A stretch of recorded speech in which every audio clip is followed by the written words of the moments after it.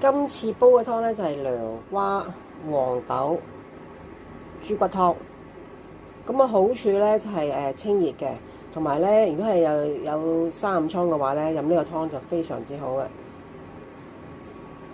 咁咧就首先咧就將個黃豆浸咗先，豬骨咧就要飛水，咁涼瓜咧就切段嘅。好啦，咁呢個咧其實俗稱叫大釘。咁樣點樣買涼瓜嶺啊？你見到佢嗰個呢啲咧突突嗰啲好明顯啊，唔會話岩岩沉沉咁咯。咁呢啲為之靚咯。嗱，聚手嘅、重手嘅，深淺色唔係問題嚟嘅，最主要係睇呢啲紋絡係靚啊，一條條痕睇得好清楚嘅。咁呢個咧煲湯就好好飲噶啦。嗱，將嗰個涼瓜切開咗之後咧，咁佢有啲囊喺入邊嘅，咁我哋全部去咗佢咯。呢啲核嗰啲咧全部唔要啦。如果咧你想我嚟，譬如有時咧你涼瓜炒牛肉咧，你將嗰個涼瓜咧呢啲白色嗰啲咧全部起晒出嚟咧，再炒嗰啲餸咧係完全冇苦澀味嘅，係好好食嘅。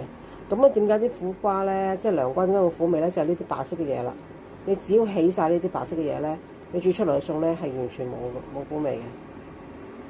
不過有啲人係中意食嗰個即係所謂嘅甘甘地嘅味咧，咁所以可以有陣時會保留翻呢啲白色嘅邊嗰啲嘢咯。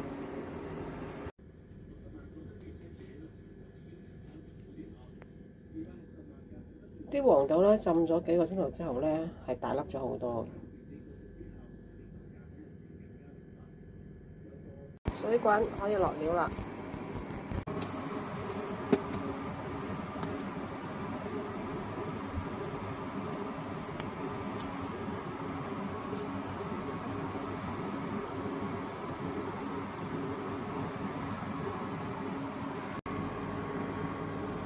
好，滾咗就轉細火，煲1個鐘就得㗎啦。煲咗啦湯，我就2個人嘅份量嘅，所以我用2公升嘅水咯，2個呢啲涼瓜啦，我買咗4嚿呢啲大豬骨咧，咁咧就半杯黃豆，嗱你望到啲色咧咁樣嘅，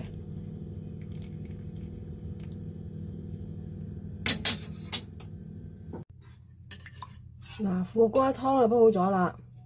苦瓜咧，其實咧本身咧就係味嘅甘咧就係性寒嘅，但係咧佢解毒啊、瀉火好有效嘅喎。例如生暗瘡啊、喉嚨痛啊、牙肉腫痛啊、眼紅啊呢啲咧熱毒引起嘅症狀咧就好有效嘅。咁黃豆咧佢就係甘味性平嘅，健脾開胃。不過黃豆咧食得多咧就會比較難消化，所以我哋咧一定要浸咗，然之後先好煲佢，同埋咧唔好食得太多喎。咁豬骨咧就係健脾益氣嘅，所以其實呢個湯咧大家都老少平安都飲得嘅。尤其是夏天啦，涼瓜咧就係當造嘅時候咧係當造啊，不妨食多啲涼瓜煲下湯，或者涼瓜炒下牛肉片啊，咁都幾好㗎。